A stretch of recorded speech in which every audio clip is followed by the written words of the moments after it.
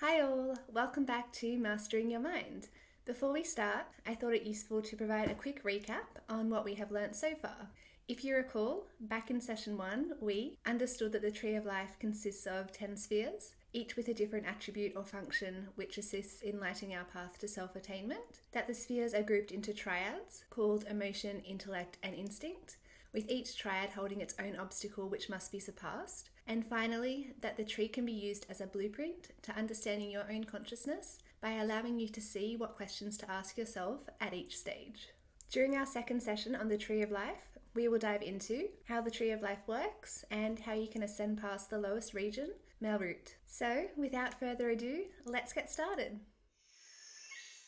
At this stage, the natural next question after understanding what is the Tree of Life would be to begin questioning how it actually works. While speaking on Gaia, Dr. Teresa Bullard gave a useful analogy on lasers, which allows us to understand the role that the Tree of Life plays in our lives and also how it works. She said that when a high-powered laser light is fired, it is filtered through optical lenses, which act as filters to reduce and redirect the amount of light and its intensity. This effectively means that these lenses have the ability to filter the light to ensure that the proper amount of light is received. She then went on to relate this back to the Tree of Life, saying that all light comes from the divine consciousness, and this light is intensely powerful and limitless, and therefore needs to be reduced before it reaches our world, a process which happens through the Tree of Life, whose spheres act as lenses which filter and deliver light to the physical world and ourselves. Therefore, if all of our lenses or spheres are in perfect order, then the proper amount of light is delivered to us. However, most of us are in a situation where the lenses are not in a perfect state, thereby warping the light so that it becomes blocked and distorted, meaning that when it reaches us, it's just a pale shadow of what it is meant to be. Therefore, to ensure that we are living a happy, fulfilled life, we need to clean up these lenses or spheres so that the light can flow through to us unobstructed. To do this, we need to start at the bottom of the tree and work up, ascending step by step, cleaning each lens or sphere as we go, allowing us to properly heal each component and ourselves to allow us to tap into that limitless source of energy and light. Doesn't that sound nice?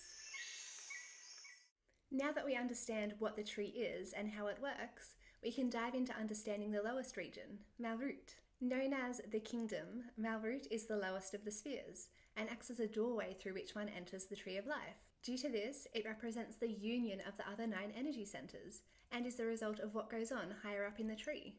Malkuth represents the total expression of our Creator, consisting of the physical world, all the living material beings and material items that are contained within it. Therefore, as it is centered around physical creation, matter is the driving dominant force, whilst our spirituality lies dormant. Through this sphere, we derive the attribute of self-expression, and therefore Malkuth is the driving energy or force behind how we express ourselves. In order to cleanse this sphere, you should take the time to ask yourself questions such as, how do you express yourself, and are you happy with how you express yourself? Are you happy with what is manifesting in your life? Do you feel like you have achieved your true potential?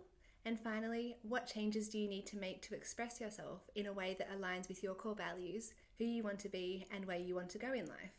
Answers to these questions can act as a starting point to help you understand what you want from your journey up the Tree of Life, helping you to uncover areas in your physical life that you may not be satisfied with. Once you have understood and cleansed this sphere through realization of answers to the questions we mentioned before, you'll be ready to continue on your journey up the tree to Yesod, which will be discussed in our next session.